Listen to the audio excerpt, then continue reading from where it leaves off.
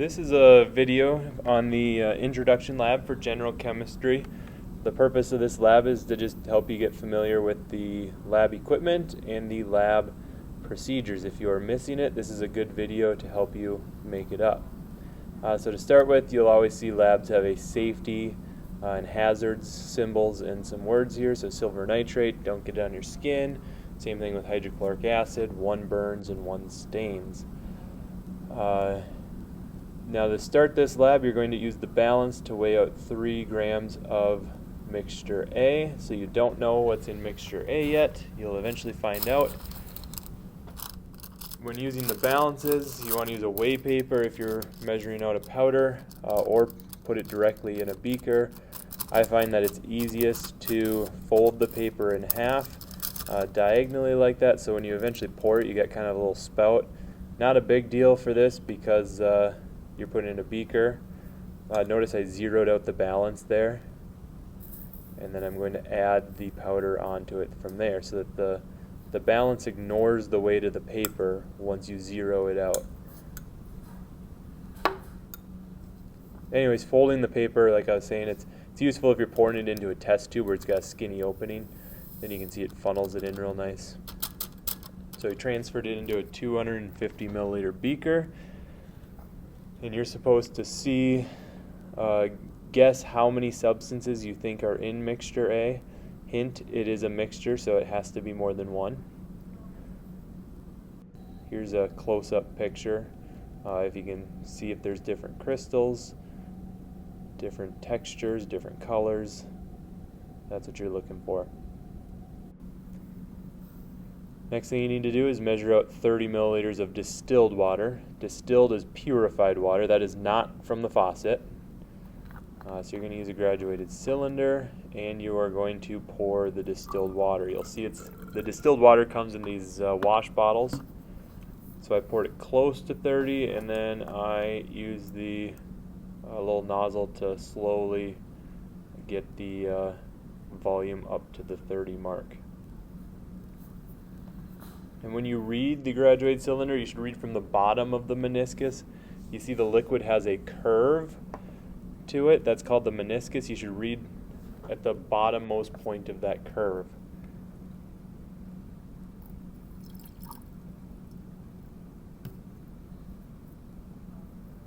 At this point, we're just mixing some water into it. And I believe the next question to ask you, does any of it dissolve? So if you can tell if anything dissolved or not, it's kind of tricky. Give it your best shot.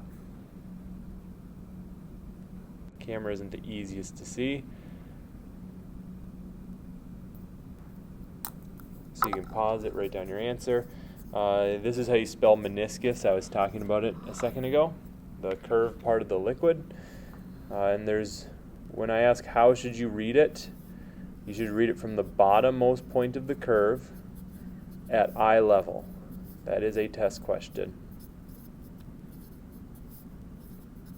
There's 2 parts to that. Bottom of the curve at eye level. That's how you read a meniscus. Next thing we got to do is set up a filter and a funnel to filter the mixture now that it has water in it. What you can see here is read through this. Some important vocab words. The stuff that gets stuck in the filter is called the residue, and the stuff that goes through the filter is called the filtrate. Take a second to get that down in your head. Pause it to remember it. Now when you set up a filter in paper, first thing you're going to do, there's 3 steps to this. This is in your lab packet, so you can pause this and go back and answer that question. Step 1 is you fold the filter paper in half twice. So this is a question I'm giving you an answer to in your other packet. Next step is you put 3 layers on one side, 1 layer on the other, so you pinch 3 to one side, and then that opens up into a nice funnel. That's step 2. Fold in half twice, then 3 to 1. Then the last step is you have to set the filter paper. So you got to wet it down so it actually sticks in the funnel. That is step 3. So 3 things when setting up, preparing a funnel for filtering. Now at this point, just transferring that mixture A with the water into the funnel. And then a lot of times when you do this, you'll see there's solid stuck in there, so you just take your wash bottle and rinse it down so all the solid makes it into the funnel. Less water is better because it's less filtering time if you use less liquid.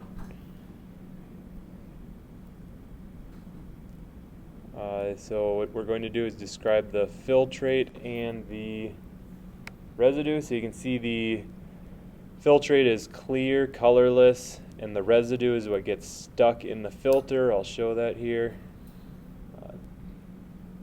So record your observations for that. Pause and record it. There's a better shot coming up here. There you go. So that's the filter paper with the residue in the middle.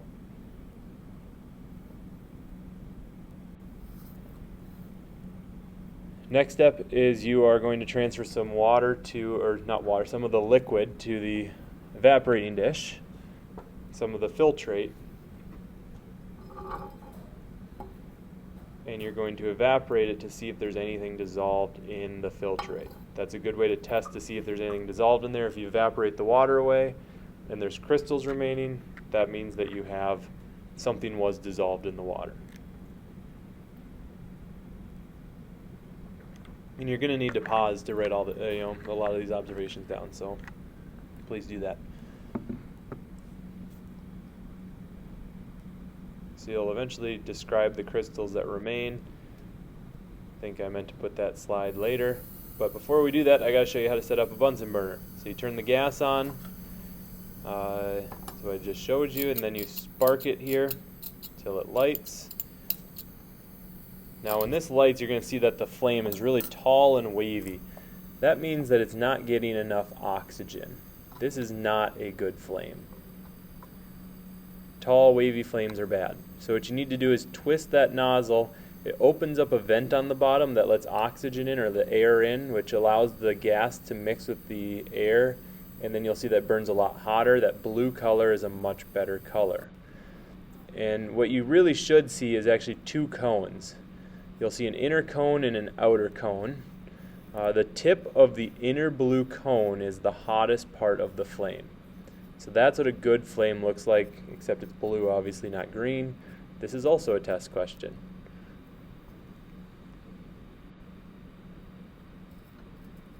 We're still setting everything up for the evaporating dish.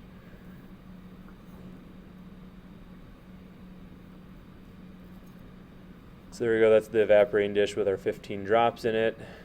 We got the Bunsen burner, and we know how to use that now. And so we're just going to let it evaporate.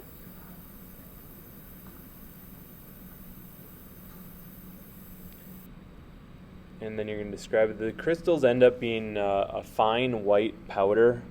You're going to see it in the next shot, except it's near impossible to see any of the crystals. So just describe it as a fine white powder. The crucibles reflect so much light that it was really difficult to not get glare. Or sorry, that's not a crucible, an evaporating dish, excuse me. Now what we're going to do is, to the filtrate that's left, the liquid that went through the filter paper, we are going to add 5 milliliters of hydrochloric acid, 3 molar, except we're going to use a graduate cylinder, not a pipette like it says in the directions. So here's our graduate cylinder. We got 3 molar hydrochloric acid. The 3 molar just tells you how concentrated it is. Is it dilute? Is it concentrated? So 3 molar is actually quite concentrated. You got to handle it with care.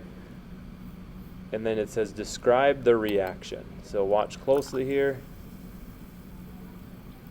Now as a beginning chem student, you're likely to say it bubbled, which is great. That's an accurate description, but the more technical term you should use is a gas was produced. The bubbling is caused because the reaction produces a gas. So for number 7 there, describe the reaction. Say it bubbled or a gas was produced. Next step is we are going to add 5 milliliters of silver nitrate, and you're going to record what the reaction looks like.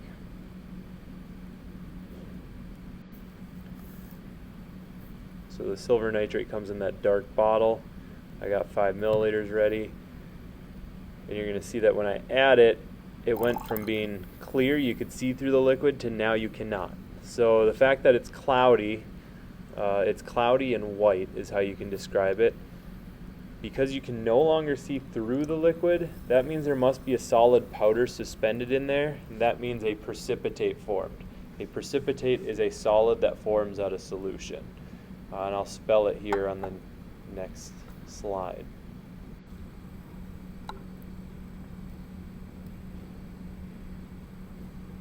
So describe the reaction. It became cloudy, white and cloudy, milky, because a precipitate formed.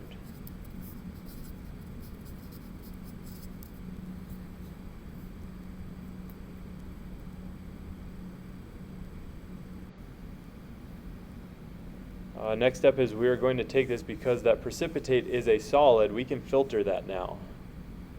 So we're going to filter that precipitate out. I'm not going to show you how to set up the whole filter thing again, the whole filter setup. So there it is.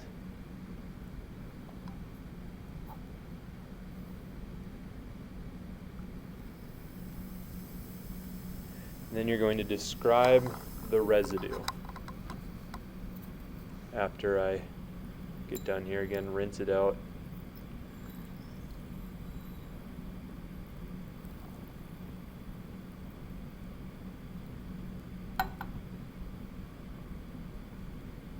And this takes quite a while, but through the magic of editing, it is all done.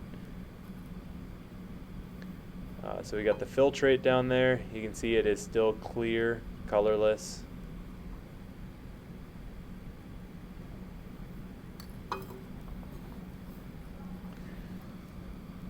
And the residue, it's tough to see, but it is also a fine white powder.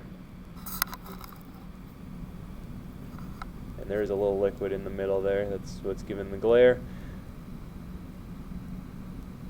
But you can see it's a nice white powder around the edge. So you're going to describe it right here.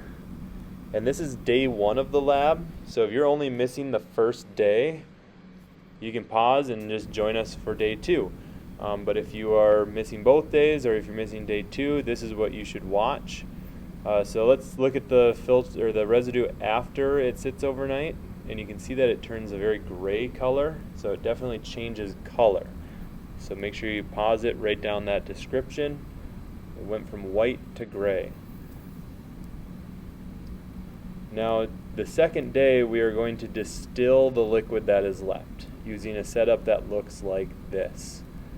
This is a distillation apparatus, and you'll see that we got glass bends and tubing going from one thing to the other. So I'm going to show you how to set this up. This is actually a question in your equipment packet as well. How do you insert a rubber stopper onto, or a glass bend into a rubber stopper? Step 1 is use glycerin. You can see it's spelled there, Glycerin. Just dip it in, get a little bit of glycerin on there. That acts as a lubricant. So that helps you get the glass bend into the rubber stopper. Make sure you don't hold it on the bend where I just pointed. You want to hold it close to the rubber stopper. Make sure your hands are out of the way in case it slides through. You don't want it to stab your hand. But the second thing I want you to write down is a twisting motion. Notice how I'm twisting it. And the third thing is paper towels. I will add the paper towels now that you've seen what it looks like. Obviously I didn't add those right away because you can't see anything. So twisting motion, paper towels, glycerin. Those are the 3 things you need to know when setting up a putting a glass bend through a rubber stopper. Now I got the rest of it set up here. We got a round bottom flask that I'm pouring the contents of the beaker into. That's the filtrate from the previous day. I've got an empty test tube in a cold water bath. I'll explain how this is all going to work in a second. So there's our rubber stopper, glass bend that we set up just a second ago. So what's going to happen is we're going to heat up the round bottom flask. That's going to cause that liquid to boil. That's going to cause, well, it's going to cause the water to boil. The water turns into a gas, and it's going to go up into the glass bend through the tube as a gas. So there you go, pointing, nice. It's going through the tube, and then when it touches the cold test tube, it's going to recondense back into a liquid. So we're effectively boiling the water away here, recollecting it in the test tube, and we're going to leave behind anything that was dissolved in it. So here's where we're collecting the water. You can see a little bit of water in the bottom. Obviously we're not collecting it all. You can see a lot of gas coming out. But let's take a look. When the water all boils away, here's what remains. It's kind of a yellowish crystal. It's like a white crystal with a little bit of a yellowish tint. It's hard to see that here. And the camera just doesn't pick up the slight yellowish color. Then again, you're going to take 10 to 15 drops that was in the test tube and evaporate it. But at this point, you should realize that the water was evaporated and recollected. There shouldn't be anything dissolved in this water. It is distilled water. It is purified water. But the last step of the lab asks you to put 15 drops into the evaporating dish, evaporate it, and make sure that it is in fact pure water.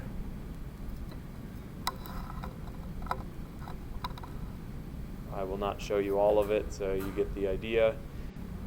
It says, describe the solid left in the evaporating dish, if any, and I will do you the favor of telling you that there is none, and I'll show you here.